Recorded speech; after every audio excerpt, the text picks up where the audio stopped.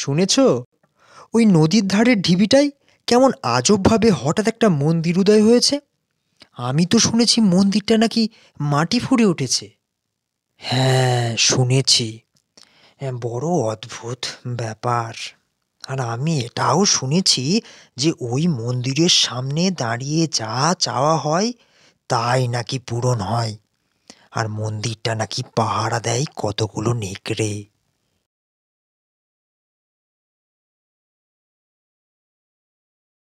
শুনেছি এই মাটি ফুঁড়ে ওঠা মন্দিরের ঠাকুরটা নাকি খুব জাগ্রত।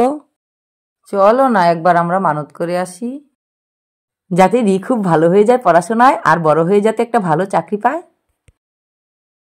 পরীক্ষার খাতায় ঠাকুর তো লিখে দেবে না, ওকেই লিখতে হবে। তাও চলো না একবার। জানো তো আমাদের পাড়ার ওই রতনদা আছে না? ও, ওই রতনদা, যে মাসের অর্ধেক দিন দোকান বন্ধ রাখে? আরে হ্যাঁ হ্যাঁ, উনি। জানো, উনি ইচ্ছে করে দোকান বন্ধ রাখে না গো। ওনার শরীর না খুব অসুস্থ থাকতো আগে, তাই বাধ্য হয়ে দোকান বন্ধ রাখতো। কিন্তু জানো, এই শিব ঠাকুরের কাছে মানত করে আসার পর থেকে তিনি একদম সুস্থ। আচ্ছা আচ্ছা, ঠিক আছে। এখন শান্তিতে খেতে দাও তো আমাদের। ধুর, তোমাকে বলাই বেকার। নাও, খেয়েই নাও। হ্যালো, এই শোন না। হ্যাঁ হ্যালো, বল। কি ব্যাপার রে এই মন্দির মন্দির নিয়ে? আমিও শুনছি। যাবি না কি একবার দেখতে, যে কেমন কি ব্যাপার? যা তো যেতেই পারে, কিন্তু শুনেছি ঢিপিটায় নাকি নেকড়ে বাঘ দেখা গেছে। যদি তোকে আর আমাকে খেয়ে ফেলে তখন কি করব? আরে ওসব কিচ্ছু হবে না, অত ভয় পেয়ে কি করে চলবে বলতো?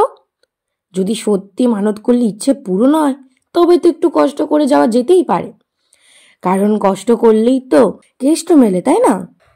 সে তো একদমই ঠিক। তো বল কবে যাবি? কালই তবে চল যাই। কাল? কাল তো সরস্বতী পুজো। হ্যাঁ জানি তো, তাই তো বললাম কাল চল, কারণ কাল পুজোর দিন, তিথি দিন সবই ভালো। আর এমনিতেও বাড়ি থেকে তো আর বেরোনো হয় না, কাল তো ঘোরারই দিন, তো এক কাজে দুই কাজ হয়ে যাবে। ওকে, কালই দেখা হবে। Good night. এসব চিন্তা ছেড়ে ঘুমা এবার। Good night.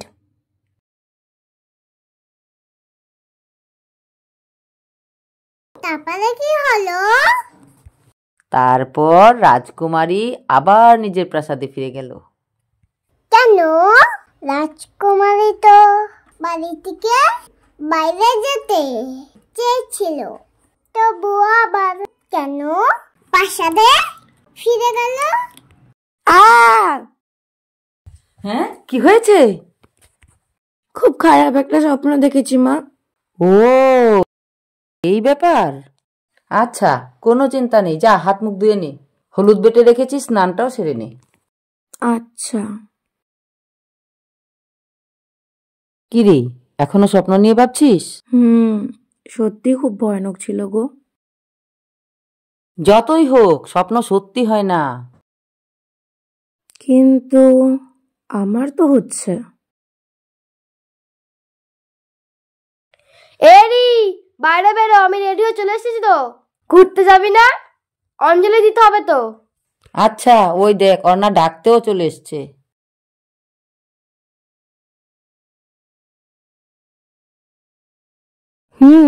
চল চল। সরস্বতী মহাভাগে বিদ্যে কমললোচনে বিশ্বরূপে বিশালাক্ষী বিদ্যাং দেহি নমস্তুতে। আমাদের দুজনকে 2 প্লেট চাটনি ফুচকা দাও।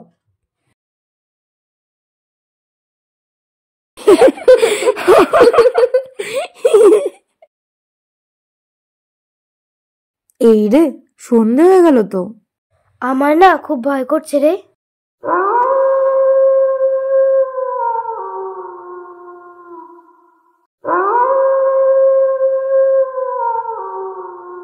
ওই দেখ, শিয়ালও ডাকছে রে।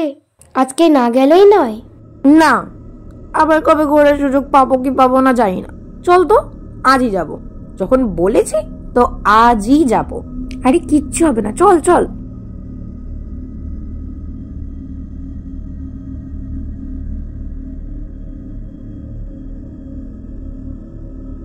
করবি তো? দেখ আমি কত সাহসী, ওরকম ভয় পেলে চলে নাকি? চল।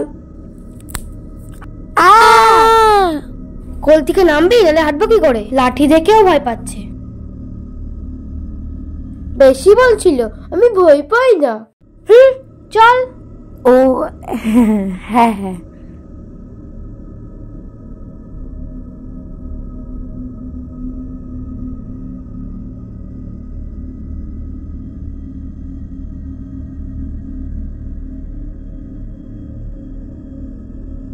কি সুন্দর লাগছে মন্দিরটা। ভেতরে আবার একটা শিবলিঙ্গও রয়েছে, কিন্তু কেমন একটা গা ছমছমে ব্যাপার।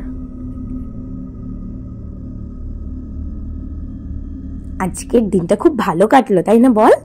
নে এবার উইশ চেয়ে নে। আমি চাই আমার প্রতিটা দিন যেন আজকের মতোই কাটে। সেম, আমিও চাই।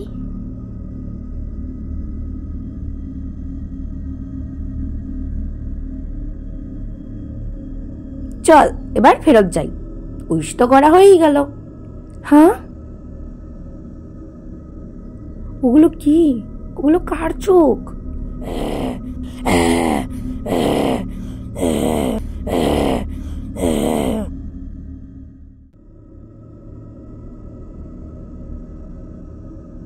অর্ণা পালা পালা, জলদি পালা এখান থেকে, নাহলে আমাদের খেয়ে ফেলবে এরা।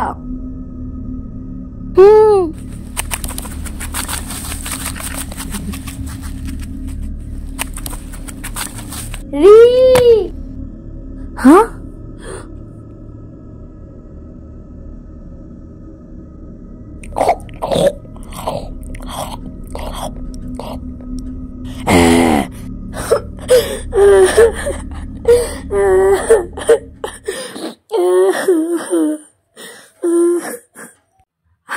আমি তোকে বাঁচাতে পারলাম না রে।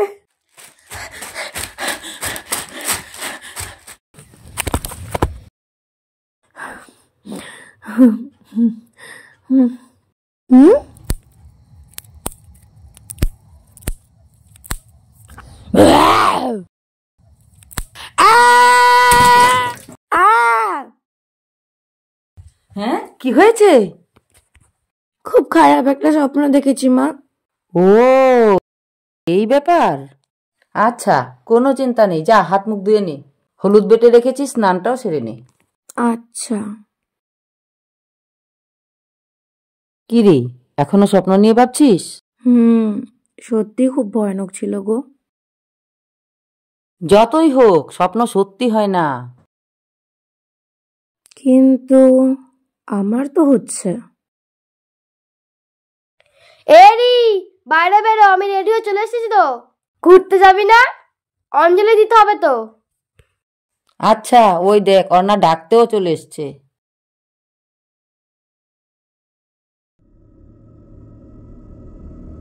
আবার এই একই দিন আমার জীবনে কেন বারবার আসছে?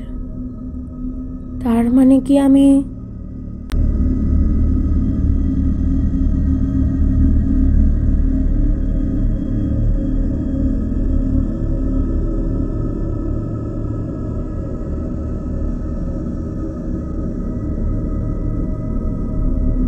চাই আমার প্রতিটা দিন যেন আজকের মতোই কাটে।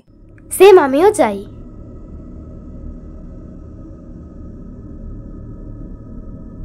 হ্যাঁ, তার মানে কি সত্যি আমি আটকে পড়েছি?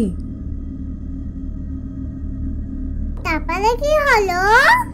তারপর রাজকুমারী আবার নিজের প্রাসাদে ফিরে গেল। কেন?